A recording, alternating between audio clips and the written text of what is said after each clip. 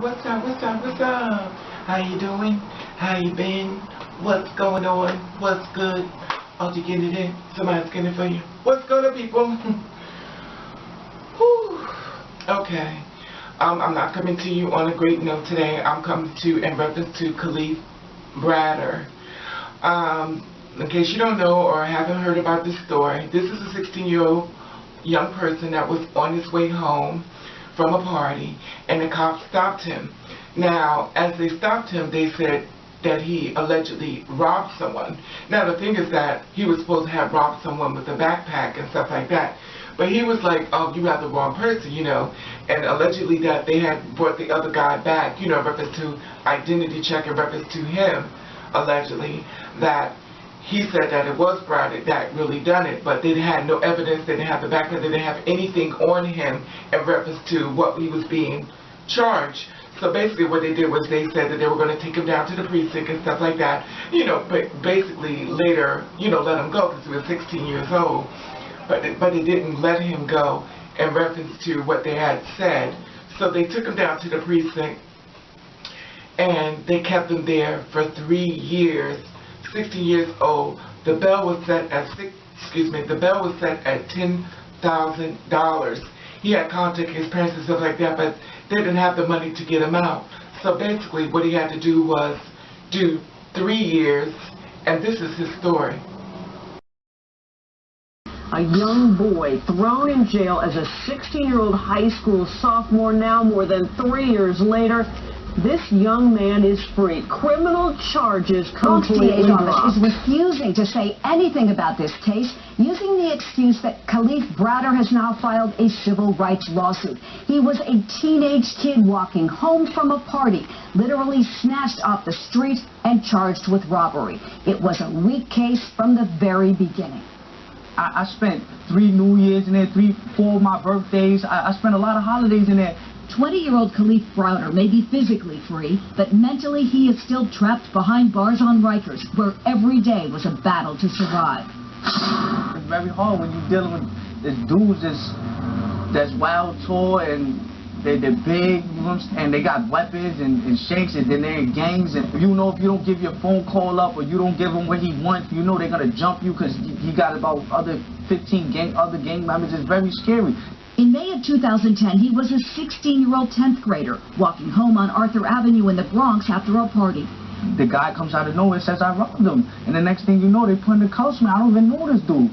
And then I do 3 years, over 3 years, for something I didn't even do. Browder's family couldn't make the $10,000 bail on the robbery charges, and he had a legal aid attorney. Browder is now represented by a civil rights law firm. What was bad about this case? Pretty much everything.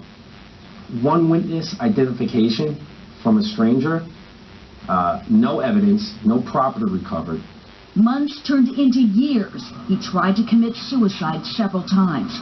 It was just all balling in my head to the point where I had to just grab my head like I can't take it. He missed his sister's wedding, the birth of his nephew, and so many family events. In January, Browder says he was offered a plea deal after 33 months in jail. He refused.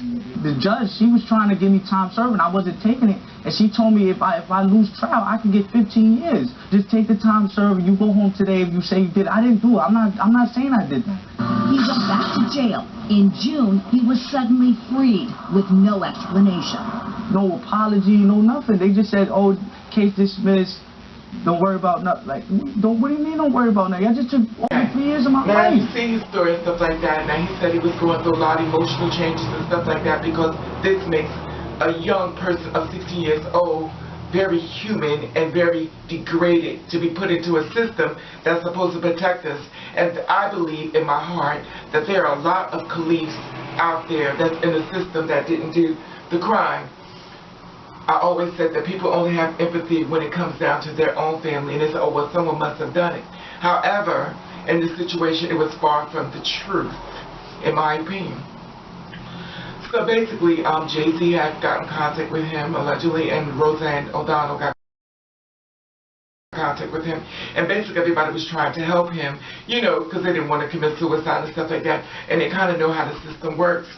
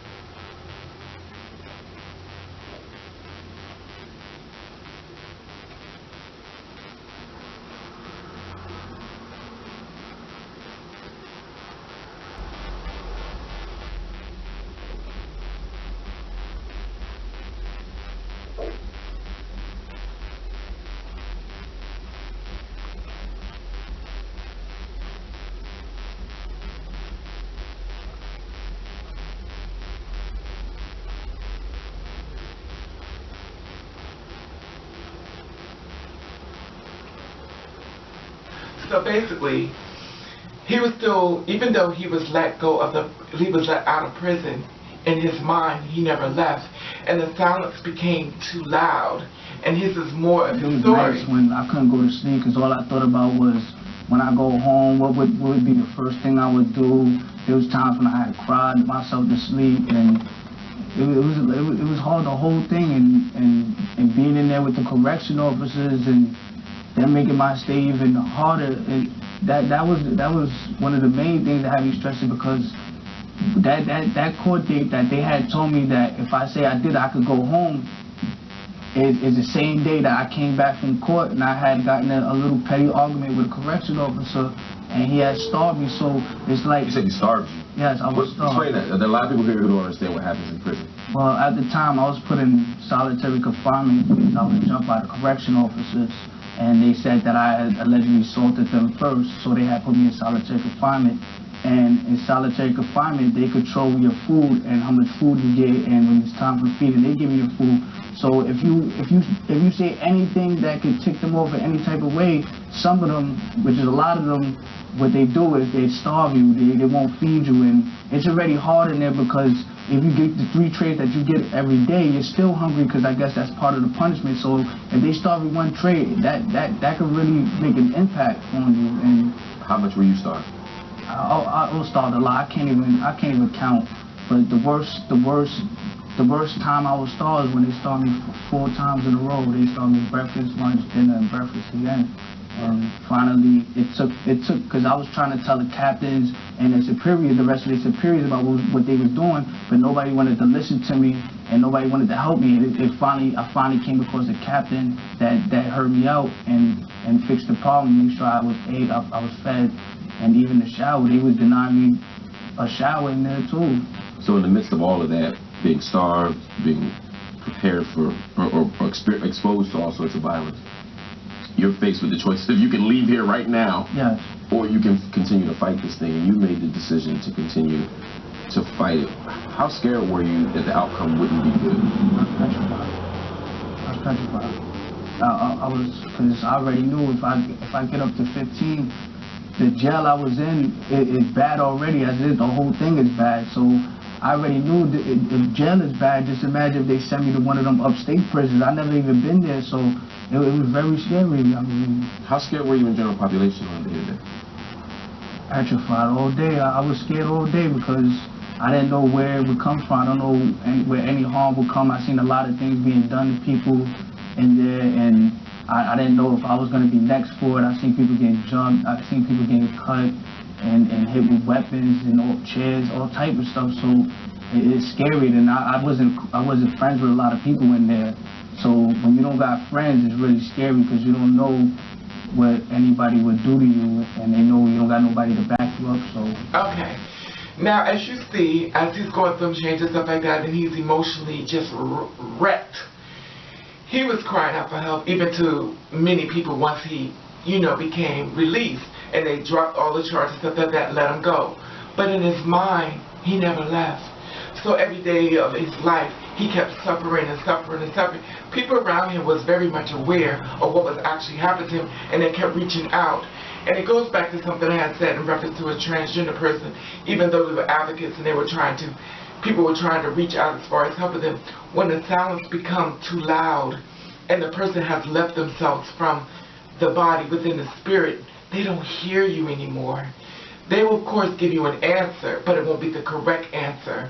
And the simple fact of the matter is that this happened right here in New York City, and it was up there in Rikers Island. At one point, which was in 2012 March, at one point I tried to kill myself. What did you do? I had ripped my sheets on my I had ripped my bed sheets and made a noose out of it, and I had hung it to something that's on the ceiling, a light fixture, and I was about to jump, and the correction officers they opened my cell, and when I jumped, they grabbed me, they cut me down, they threw me on the bed, they had gave me a lot of punches, they stomped me on the bed, they took my sheets, my books, my covers, and they starved me for about 2-3 trays straight. So they punished you for this? Yeah. This story touched me in so many ways. It was something that I really didn't want to touch on, because I was like, I really don't want to do this, because this is too personal to me, because as a black person, I have been stopped. I have been told that I've committed a crime. I've been jumped on. I've been beat on by the cops as well as myself. I've been handed the stuff that I was stole.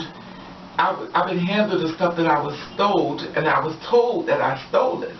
And if you don't understand what I'm saying is, I'm going to take you, I'm going to lock you up, I'm going to beat you up, I'm going to bring you some items, I'm going to say, this is what you stole, and I'm going to, it's called framed, in case you don't know. Then I'm going to sit up there and I'm going to say, this is what you stole. Said, I didn't have these items. These items were not my hand. And I said this in reference to a prior story. I had talked about this one time before. And after they beat me and stuff like that, and remind you, I was not an adult. I was still in elementary school, so I was like 14 or 15 at this time. So after they beat me and stuff like that, and you know, I'm bleeding from my from the handcuffs and stuff like that, they told me that I stole, and I told them I didn't. Then thank God that there were other cops that were chasing the other person. When they came in and they saw me, they realized it wasn't me. They said it to the other person. And instead of them saying, you know, we're sorry for what we did, they told me, they said, well, why are you in here? And if you're in here, and I said, well, I'm here with my mother. And they laughed, oh, you're with your mother. So they said, if you're with your mother, let's call her on the intercom. So I gave her my mother's name, and they called the intercom, and she came through the door, and she said, well, what's going on? And all their faces dropped.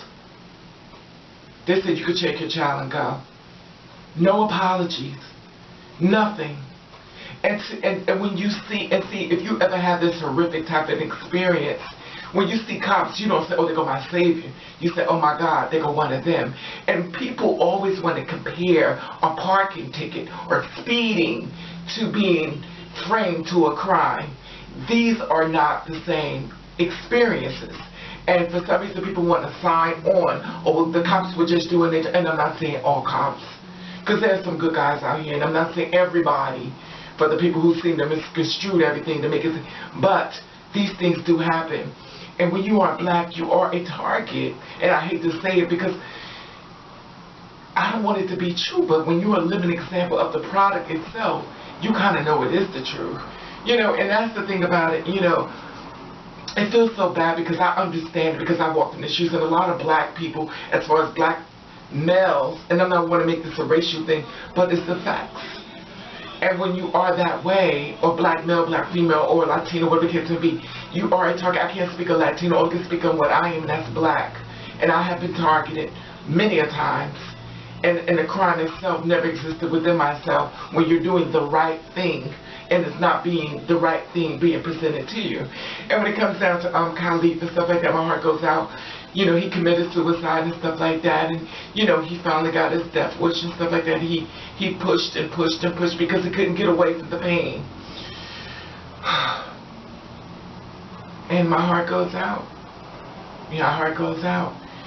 And I understand how people suffer in silence and stuff like that. I get it. You know, and it's so sad that we have to live in a world where we come to the point where we don't hear the person. This person, this young 16-year-old kid, reminds us a kid. He's saying that rats was coming into his bedroom, climbing him in the bed and stuff. These are all the things that was happening to him allegedly in his mind. Can you imagine going to sleep and reliving this over and over and over and over? I tried to resort to telling the correction officers that I wanted to see a psychiatrist or a counselor, something. I was telling her I need mental help because I wasn't feeling right. All the stress from my case, everything was just getting to me, and I just couldn't take it. I just needed somebody to talk to. I needed to just I just needed to talk and be stress-free. If you have any compassion in your heart, you can. But if you're a cold person, you will never understand what this video means because you don't care. Anyway, with that being said, I just want to put that out there and stuff like that, and I'm going to leave it at that. And rest in peace, Khalif. My heart goes out.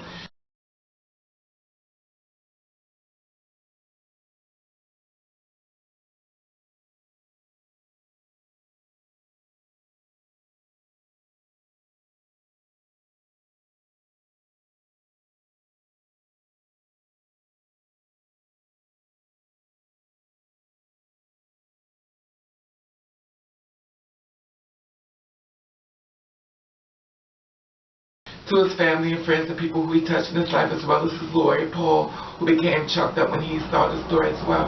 You know, he found this information out of him killing himself, and his poor mother finding her child hanging out of the window of the house.